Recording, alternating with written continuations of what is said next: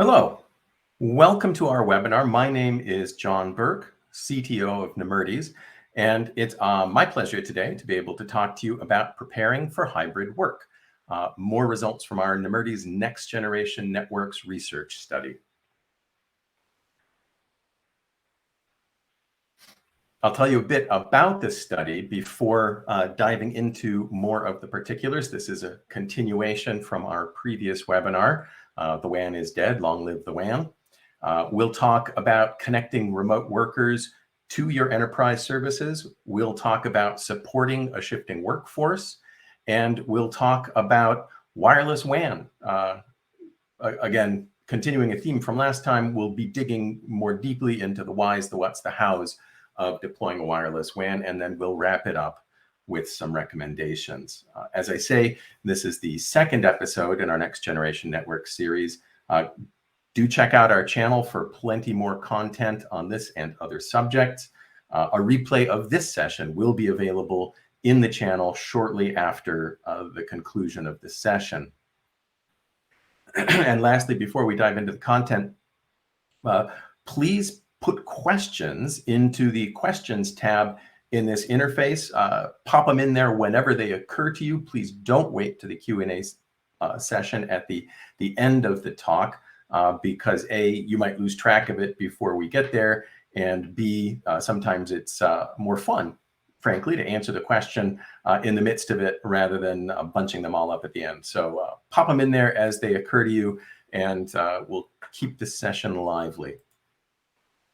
So about the next, excuse me, the Next Generation Networks research study, we collected information from 35 companies that touch 2 different countries as far as where they're headquartered, and many more than that as far as where they operate, across 14 industries. On average, or at the median, these are running somewhat large, with a median employee count of 4,500 and a median annual revenue of $850 million. And what we saw, and it was a solid continuation of the data we've been collecting in the last 3 research studies, is that expectations for work from home in 2022 here and ongoing afterwards are considerably higher than what we were seeing prior to COVID.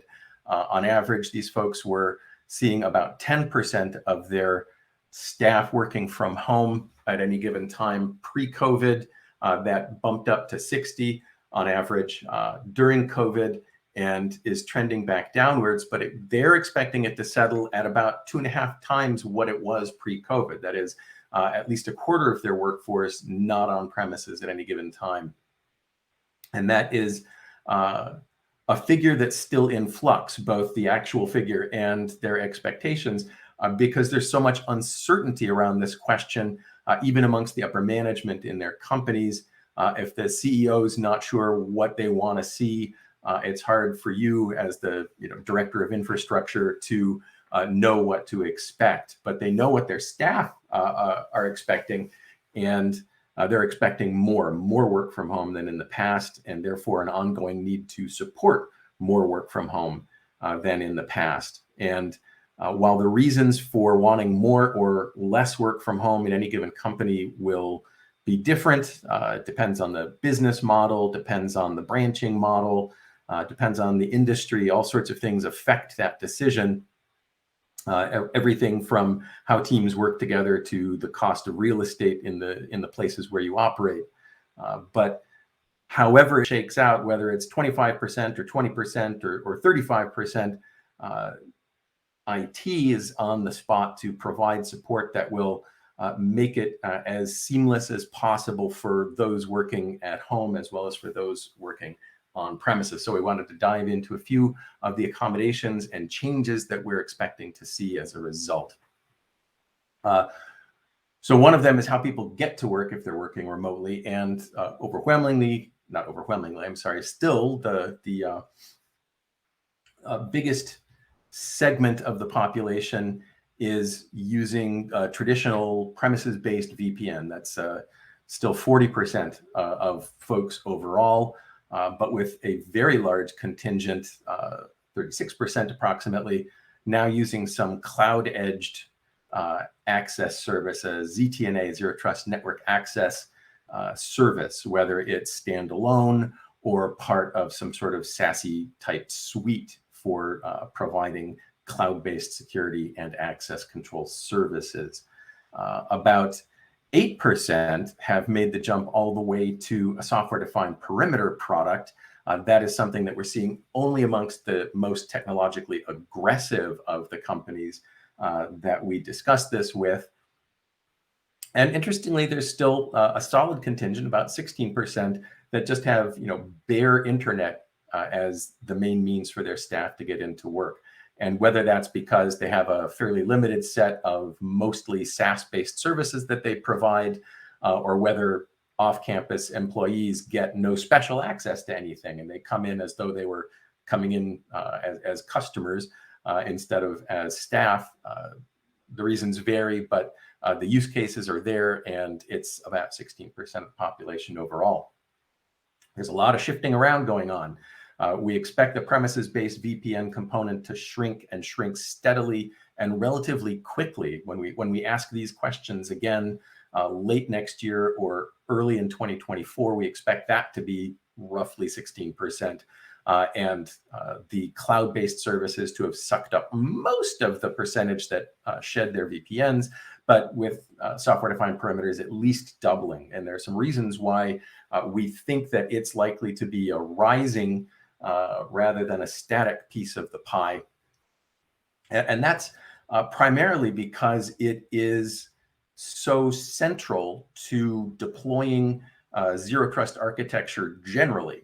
If you look at on the network face of zero trust, what's required, it's basically what software-defined perimeter products do, using policy enforcement points to allow or disallow every communication attempted across the network.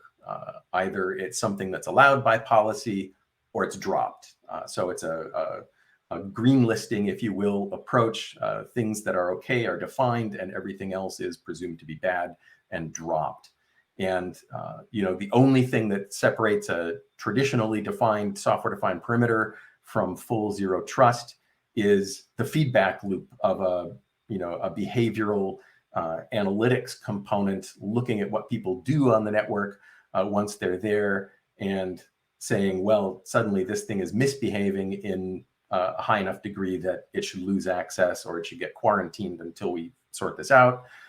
And that real-time feedback loop is what turns software-defined perimeters into full-fledged zero trust network access. And the cool thing about SDP is that it works for things inside your data center, as well as for staff from home trying to get in and access things in your data center. It works for things in your clouds as much as for things in your data center.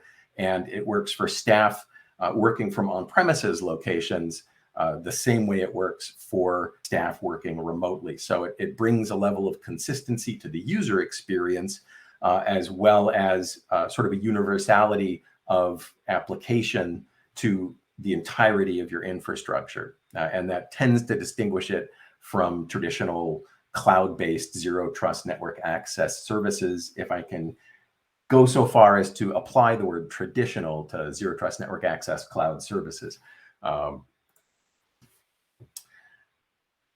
So digging in a little further on the individual users and what kinds of measures organizations are taking to support them in their work.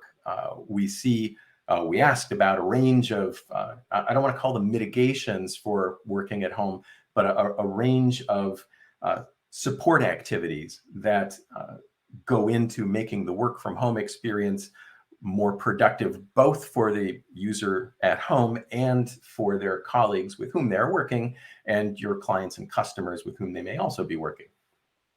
And right at the top of the list was improving sound quality. So giving staff the ability to shut out background noises in their environment with a good set of headphones, a good microphone, making it certain that others will be better able to hear them and understand them, and making sure to minimize the amount of disturbance, both of their work and of the people they're working with when they're working from home.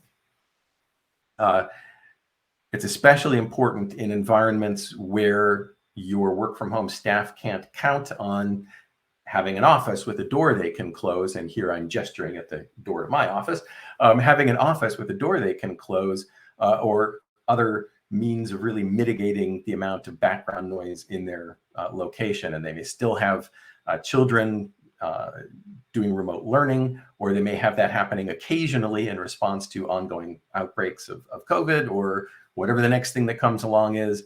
So on the whole, sounding good is right at the top of the list of priorities for supporting work from home staff. Next to that, we see about an equivalent level of uptake currently, and some room for growth there in paying for connectivity for folks at home. And we've seen a lot of folks doing it in a flat rate stipend kind of a model, trying to smooth out the bumps that may separate folks who live in the zone of, say, one cable provider versus another cable provider, versus folks who are using a hotspot from their cellular carrier versus folks who have DSL or fiber to the home. So rather than sort out all those individual things, they just set a flat rate that's somewhere above the minimum and below the average probably, and offset but don't completely cover costs. Contrast that with the folks, not as many of them, who are doing reimbursement for network costs. So basically saying what you were paying, charge that back to us. And in some cases, we did have some folks who were doing both, and they would do reimbursement for some categories of staff and flat rate stipends for other categories of staff. So there's a lot of room for mixing and matching, a lot of room for finding the best way to support your teams as they continue to work from not your premises. We didn't see anywhere near as much interest or uptake in making people look good on camera. Whereas, sounding good and having good headsets and having good microphones was deemed more or less essential, given the percentages of folks pursuing those kinds of mitigations of home conditions. Making things look good, providing a green screen so that virtual backgrounds look their best, providing good lighting so that staff look their best. Very few folks doing those things today. Not very many even planning on doing those things in the future, although, reasonably large chunks, 20, 30%, evaluating the possibility of doing them in the future. And we have to assume that the main reason for this is that if there are audio glitches, there are significant chances for misunderstanding, the need to repeat things, and real impediments to getting work done. Whereas if there's video glitching, or if somebody's background isn't the prettiest thing in the world, those don't really affect your ability to work or others' ability to work with you, even though you're working from home. So we can understand why it's less important, and we don't expect there to be any sudden spike in this. And in fact, we kind of expect this to recede as virtual backgrounds get more capable, blurring functions become more universally applied, excuse me, and the use of AR and VR become more practical and more widespread, looking a few years out instead of this year, next year. And lastly, ergonomics. This one, we asked about expecting numbers more like the numbers that we were seeing for help for video. But instead, we saw close to 50% of folks either doing it or planning on doing it yet in 2022, and another quarter evaluating doing it. And we really understand this, because if you're adopting work from home as an ongoing model for more than a handful of your staff, getting them into ergonomic work situations is as practical and useful for them at home, or for you, for them at home, as it is for you, for them in their offices on your premises. Because, once you've sort of formalized that work from home arrangement, you have some duty of care to keep them from getting repetitive stress injuries, just as you do when you're working them on your own premises. So, thinking of it as being cheaper to invest in than paying off on lots of workers' comp claims is a good way to justify the costs. And of course, people tend to be more productive when they're comfortable and when they can keep working without, enormously increasing their levels of physical discomfort. I'm going to pause for a second and encourage folks once again, please submit questions as they occur to you in the Q&A tab. We've had onesie twosies show up. Please drop your questions in there and I'll do my best to address them either at the moment that I get to see them or excuse me, at the end of the session when I take general Q&A. So lastly, on the work from home front, we did see, and again, a bigger selection of companies, a bigger chunk of the population doing this than we were expecting, compensating folks who are working on premises for the work, or sorry, for the time they're spending commuting, whether it's a straight stipend to cover the fact of commuting, or it's more of a compensation for actual costs, mileage based or gas receipts based or whatever. We saw almost 30% of the organizations doing some kind of compensation for on-premises staff. And again, not all their on-premises staff, but for at least some of them, and to offset the costs of coming in and working on premises. This may have been in part to help ensure that they would come in and work on premises during COVID, or it may be to recognize the sort of disparity between compensating people specially for working at home by paying for their network connectivity and not doing anything for folks who are incurring costs coming into work. Now, one of the unexpected things that happened during the pandemic was a significant rise in the incidence of using wireless WAN. And we talked about this some in the previous episode, and we've done whole webinars on the subject of wireless WAN. Please do scan back in the channel and take a look at them. But we saw a significant ramp up in the adoption of wireless WAN during the pandemic. And we'll talk a little bit more about why when we discuss use cases. But now we're seeing that nearly 80% of the companies out there are using it for at least one location of at least one type. And that is a significant step up. Broader adoption within a company is still relatively rare, although we do have and have had in-depth discussions with companies in a variety of industries who have gone entirely to wireless WAN, or who have gone to deploying it to all of their sites, even if they're still wired as their primary connectivity. So lots of different adoption models being undertaken, lots of experimentation, and rapid uptake on the solution in specific use cases. We did see that even the most conservative organizations in the research, the ones who typically only adopt technologies to save money or because somebody is forcing them to, even half of them are now using at least some wireless WAN. Amongst the more aggressive companies, the ones that look to IT as a strategic investment, as a source of strategic advantage, and are committed to, at least keeping up with their competitors on the technology that they deploy, 81% of them are already using wireless WAN in at least one place, and another 12+% plan to, so that'll bring it up well past 90% of the more aggressive companies. And why?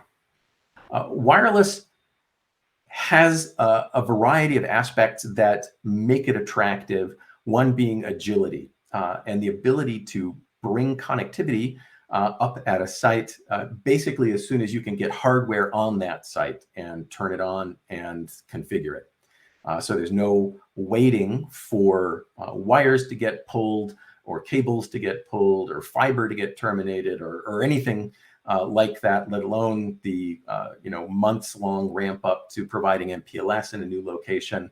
And it is still a months-long process for most organizations, according to the most recent research we did.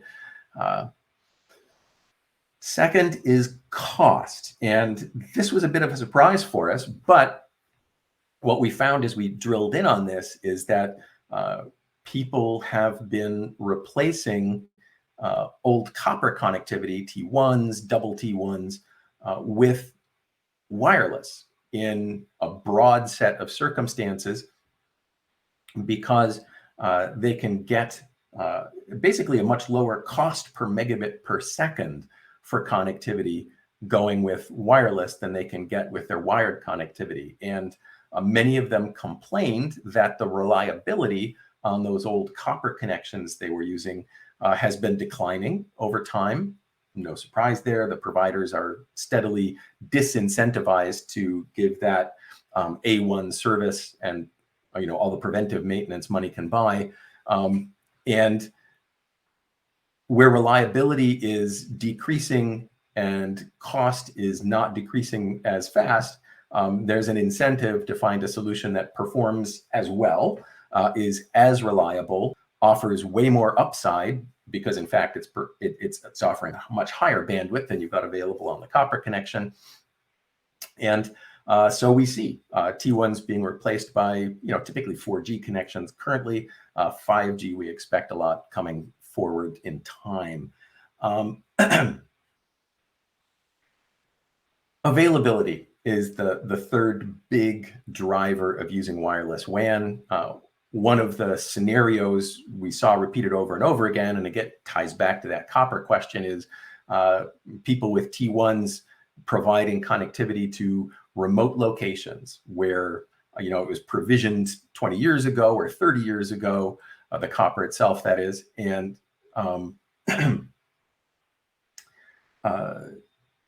it's expensive, and it's the only connectivity that's available to them in that location until the advent of wireless. And so they're able to drop the copper connection, replace it with 4G, and remove the availability of copper or fiber from the set of criteria they have for where they place their facilities, or at least downgrade it from an essential to a nice to have.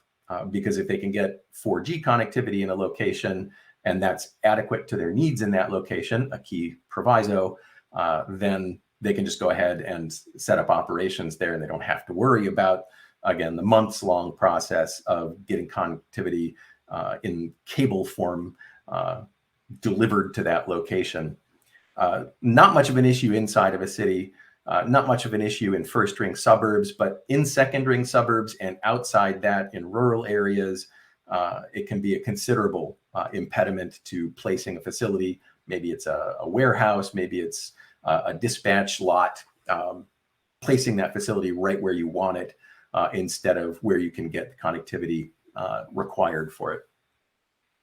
We thought redundancy on the technology and provider front would be a much bigger driver of using wireless WAN than it turned out to be, but there you are. About a quarter of folks said that that was the main driver they had for deploying wireless WAN. And the use cases vary, but they basically fall into a few buckets. One important one being work from home wireless access networks. So instead of having the user at home coming in as a user, they're coming in as a WAN node. And some folks have approached this with an SD-WAN physical appliance or network, a virtual appliance, sometimes over wired connectivity and sometimes over 4G or 5G services. And so about a quarter of the folks who are deploying wireless WAN were doing it specifically to support work from home, amongst other things. This all adds up to more than 100, obviously. And so we just wanted to focus on that one as being, to a large extent, driven by this shift in work pattern driven by the pandemic. There's lots of other use cases for wireless WAN, as you can see. Failover connectivity is probably the one most people think of. Starter WAN is rapidly becoming an extremely common use case, but work from home WAN broadly deployed, and we think likely to continue to increase as a share of how many companies are using that work case. No surprise, currently 4G dominates, 5G coming up as 5G actually becomes available in different places.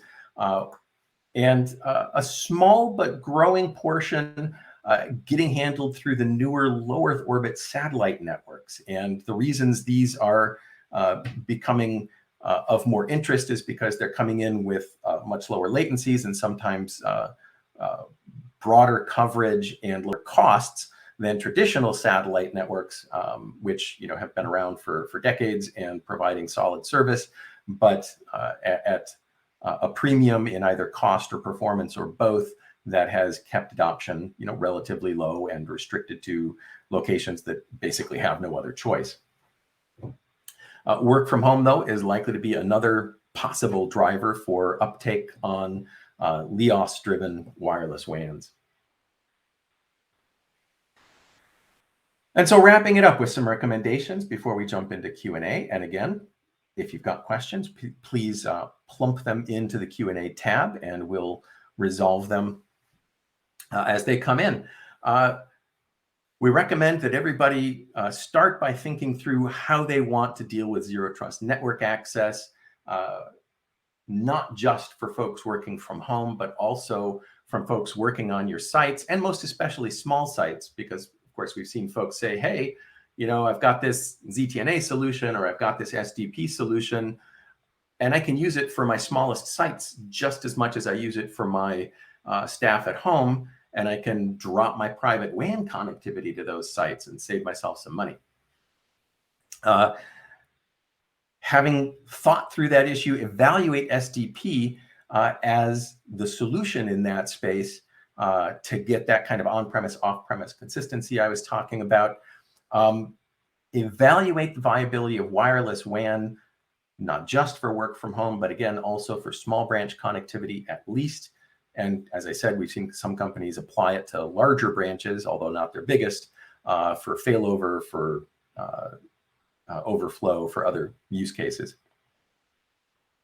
In looking at wireless WAN, evaluate multiple technology and provider options, 4G, 5G, low Earth orbit satellite, whatever's available in your areas, and take steps to make remote work and on-premises work more equitable at a practical, functional level. Things like good microphones and headphones, and at a different level, things like compensating folks who are working on premises for costs they incur to come to work in the same way that you compensate folks at home who are using home connectivity for their work for you. So I'm going to go ahead and leave this slide up as we take care of questions and answers. And we have 2 or 3 here already. So what are the biggest challenges with wireless WAN? And I did paint a reasonably rosy picture, I guess, at least by not discussing the challenges in too much detail. I can refer back to earlier webinars that we did. You can look back in the channel and see them. But to summarize here, the biggest challenges folks have had with wireless WAN have centered on 2 things. One is cost, and the other is micro availability, if you will. So cost, it's less about the actual dollars out the door at any given moment and more about how costs are structured, and the fact that the cost is basically variable for most providers and most clients who might come seeking wireless WAN for their sites. Oh, look, I've got something to do.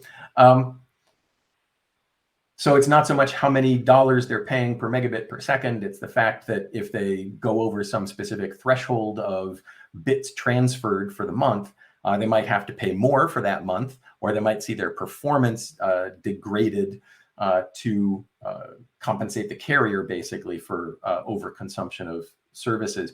What enterprises want, and some are able to get if they can bring enough pressure to bear on their carriers, is a like-wired pricing scheme where there's a flat rate you pay for all the bits you can eat at a given rate.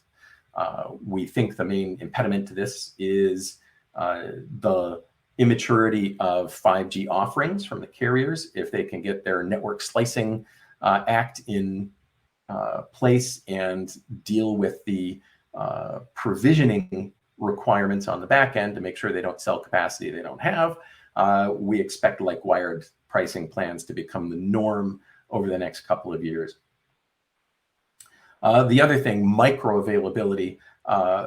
Geographic availability is a minor problem, according to the research we've done, but microavailability, i.e. availability within a given site, can be a challenge. And we spoke with folks who tend to open up their professional services, branch offices in malls or office centers, and multi-tenant office centers, and they just don't have reception in the room that their office is located in, or the section of the floor that their office is located in. So they have to go through some gymnastics, placing antennas on the outside of the building to provide connectivity in to their router somewhere inside the building.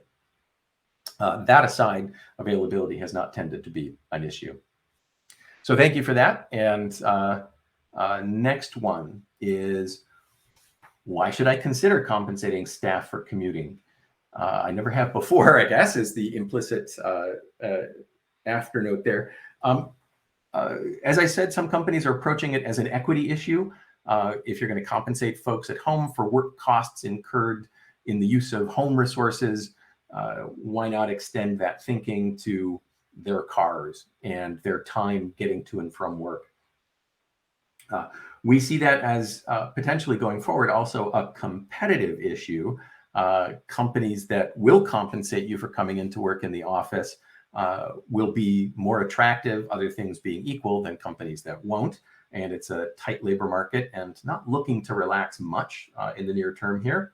And on the company side, it will also broaden your potential labor pool, in our view. It will make working for you an option for more people if this kind of compensation is on the table. So not just attractive to them, but actually workable for them. And again, with a tightening labor pool, we don't expect that to, we don't expect anything that makes you more attractive to be a bad thing. Okay, and then last one we have in the panel for now. So speak now or forever hold your peace, or send us an email after the fact. Why consider SDP when, quote, the future is cloud, unquote? We see a lot of reasons for doing that. And the big one, of course, is that the future is not cloud for everything.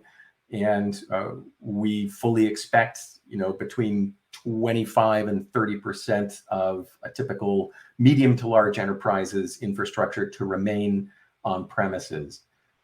Certainly there will be some who go all the way and get everything into either SaaS or IaaS, but it's not going to be everyone. And it's still, 5 to 7 years out for even some of the companies that have decided to do it, just because that's how long it's going to take. So that's one thing. Controlling access to internal resources is going to continue to be an issue.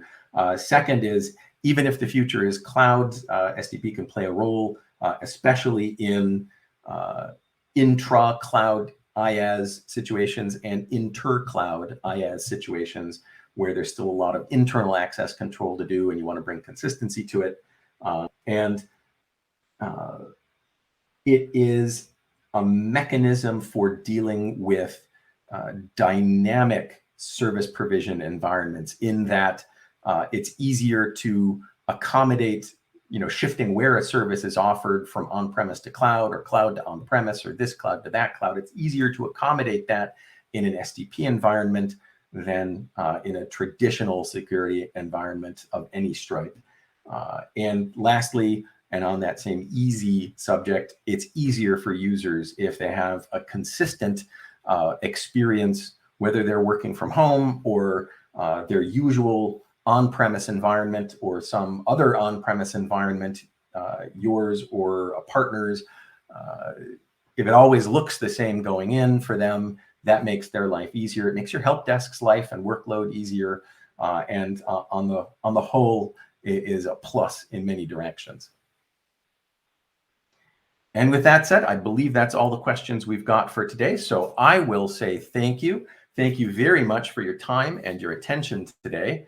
A replay of this session will be available in our channel shortly after we shut it down here. So if you found it useful, please share that fact with your colleagues, send them a link to it, and hopefully they'll get involved and get hooked, just like we know you are. Stay tuned for more next generation network briefings in the near future. We're going to have some on network automation coming up in, I think, it's about 6 weeks to start with, and other topics as well after that. So thanks again for your time, and that concludes the webinar.